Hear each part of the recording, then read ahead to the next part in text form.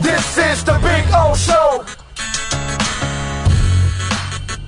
This is the Big O Show. About this, I love Pat Riley, man. I love the Arison family. They're fantastic. They've dropped the ball lately. They haven't been as good. And, they give the ingredients to the coach, and the coach does the best cooking up what he has in the ingredients, but the ingredients aren't very good. And he makes them better than what they really are. He made them better than what they really are last year. He made them better than what they really are in the bubble. He made them better than what they really are at 31-10 with those journeymen. That's what Eric Spoelstra does because he's a hell of a coach. But I'm sorry, the front office has not done a hell of a job. And this is not hindsight. I never wanted the extension for Jimmy Butler. And I certainly did not want the contract for Kyle Lowry. I'm clearly on the record for that one. Just like I was for Whiteside and Dion Waiters and those silly contracts. And I never bought any of that shit that they sold the writers. Oh, these are interchangeable deals. No, they're not. No, they're not. Let me tell you something what's gone on with the Miami Heat that they are guilty of, I'm guilty of, you're guilty of, we're all guilty of. Guess what? We got to stop falling in love with our own players because we have a coach that makes them better than what they are. And guess what? Riley did the same shit. But here's the difference. You want to know the difference? Are you ready? When Isaac Austin came back and lost 100 pounds, an entire human being, and turned his game around, did Miami give him a big contract or was it the Orlando Magic? Exactly. When Keon Dooling and Eric Murdoch lost their way and came to Miami to resurrect their careers and did Miami give them the contracts or they went elsewhere? They went elsewhere. We started to fall in love with the journeymen that we watched them develop and kickstart their careers. Here's Hassan Whiteside, who's been a bum his whole life.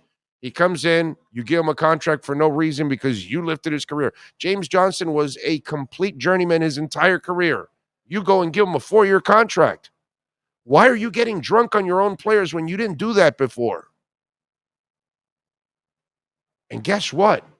I'm guilty too. Not for Whiteside. But, I've gotten guilty on the Duncan Robinson thing. I understood the contract. I got it. They developed him. He was a great shooter. Okay, I get it. You're going to use him off the good guys, and he'll have a lot of open shots. Okay, didn't work. Didn't work. So what are you going to do with Strus now? What are you going to do with Gabe Vincent?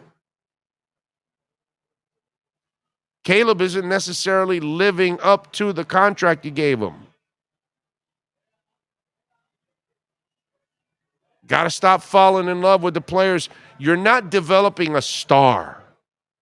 I get it if you fall in love with your star that you just developed. He came out of nowhere and became a star. None of these guys that we're talking about have been stars, are stars, will be stars, can be stars. We got to stop drinking the Kool-Aid on our own players. Pat Riley, the Miami Heat, they got to go back to what they used to do. Let everybody else pay them. My God, you're giving Kyle Lowry the money for what he did in Toronto. This is what Toronto was supposed to do at the back end of his career. What they've done for Udonis Haslem. But why the hell are you rewarding Kyle Lowry for what he did in Toronto? Because he ain't doing shit for you.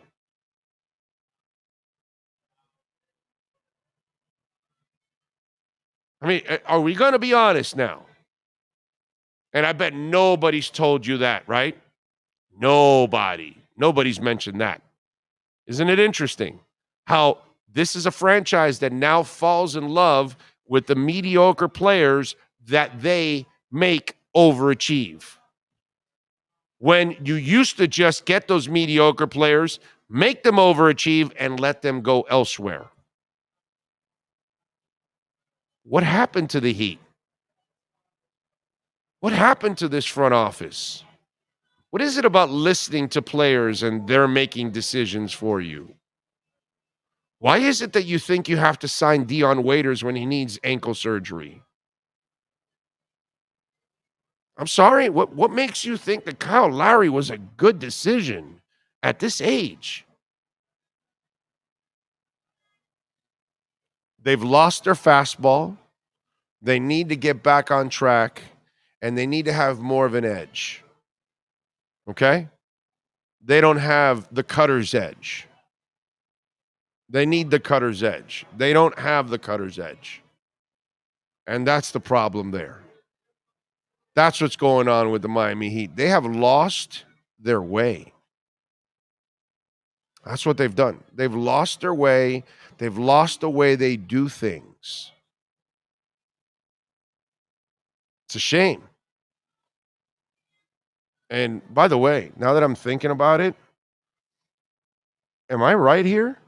The only guy in the history of the Heat that you've developed off the street that you should have kept and kept is Udonis Haslem.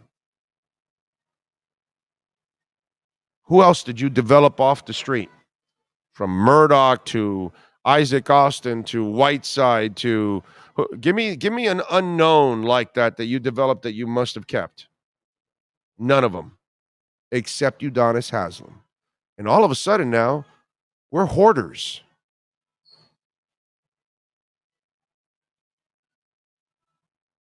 Now we're keeping all these guys that are just guys.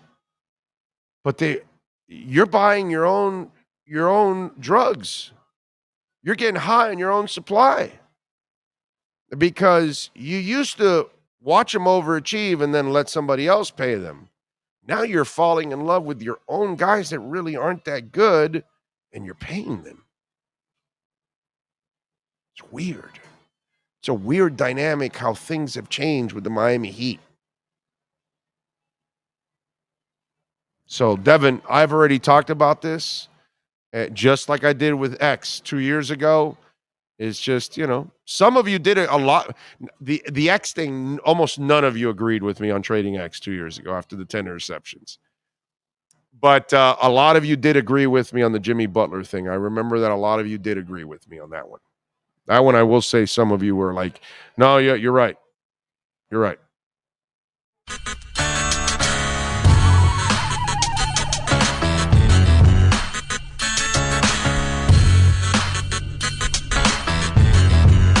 This is the Big O Show.